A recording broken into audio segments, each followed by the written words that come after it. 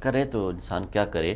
پاکستان میں مہنگائی کا جو جن ہے، ابھی رمضان کریم، رمضان آنے والا ہے، جو اوورسیز پاکستانی سے لے کے گئے ہیں عمران خان صاحب، ہیرے اور نگینے جو لے کے گئے ہیں، انہوں نے ابھی یوٹیلٹی اسٹور کمیشن کے جو سربراہ ہیں ذوالقرنین علی خان، سعودی عربیہ سے گئے ہوئے ہیں، وہ انہوں نے ابھی عوام سے اپیل کر دیا کہ $15 فی بندہ بھیجے، اوورسیز پاکستانی $15 آپ بھیجیں، اور ہمارا ارادہ 500 ملین جو ہیں ہم پیکٹس جو ہیں 5 ملین یا 500 ملین پیکٹس ہم تقسیم کریں گے۔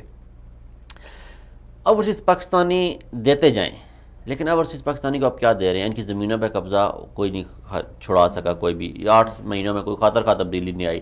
ڈیڈ باڈی پاکستان لے کے جانے کے حوالے سے کوئی خاطر خواہ تبدیلی نہیں آئی۔ سفارت خانوں کے کارنامے وہیں کے وہیں ہیں، بدماشیاں وہیں کے وہی ہے، کوئی قانون نہیں تبدیل ہوا، کوئی ان کا انداز نہیں بدلی ہوا، کوئی ان پہ تبدیلی کی چھاپ نظر نہیں آتی۔ تو کیا آپ سمجھتے ہیں کہ کس طرح ایک طرف مہنگائی ہے، ایک طرف وہی بدامنی ہے، دوسری طرف وہی افسرشاہی ہے، تو مایوسی سے عوام کیسے نکلے؟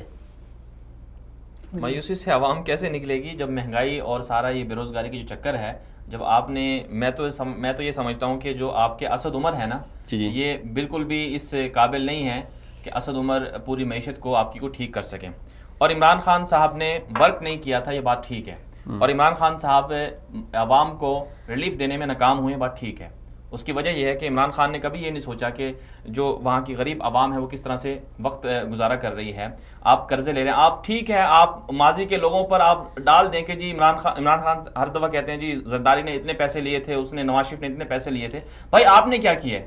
آپ بھی تو وہی کام کر رہے ہیں نا، 13 ارب یومیہ قرضہ لے رہے ہیں جو آپ بھی تو وہی کام کر رہے ہیں۔ اور ابھی جو ایک اور جو خوفناک سازش ہے وہ یہ ہے کہ آئی ایم ایف سے جو مذاکرات ہو رہے ہیں، یہ پچھلے جو 8 مہینے ہیں، ابھی جون کے اندر جو ہے نیا بجٹ ہمارا بننا ہے، اس جون تک جو ہے یہ آئی ایم ایف سے پیسے لے لیں گے، آئی ایم ایف ان کو پیسے دے دے گا۔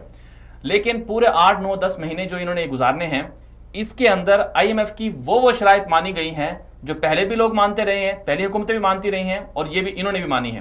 مثلا بجلی مہنگی کر دو، آپ کی انڈسٹری جو ہے ساری تباہ ہو جائے، ٹیکسٹائل آپ کی بند ہو جائے، آپ کے اندر آپ کے ملک کے اندر مصنوعات نہ بنے جن کو آپ باہر بھیج سکیں، ایکسپورٹ کر سکیں، یہ ساری کی ساری چیزیں شرائط مان لی، بجلی مہنگی کر دی، پیٹرول مہنگا کر دیا، سب کچھ ہو گیا۔ اس معاملے میں تھوڑا سا آپ سے اختلاف کروں گا، کیونکہ پاکستان میں یہ جو 8 مہینے ہیں، ان 8 مہینوں میں گزشتہ 10 سالوں میں پہلی دفعہ پاکستان کی ایکسپورٹ بڑھی ہیں۔ بالکل، پاکستان کے جو کیا ایکسپورٹ بڑھی ہیں جناب؟ پاکستان کی ایکسپورٹ جو ہے اس میں گروتھ آئی ہے۔ پچھلے 4.5 سالوں میں سب سے زیادہ مہنگائی ان 8 مہینوں میں ہوئی ہے۔ آپ ناکام ہو گئے، آپ میں اور ان پچھلے والوں میں کیا فرق ہے؟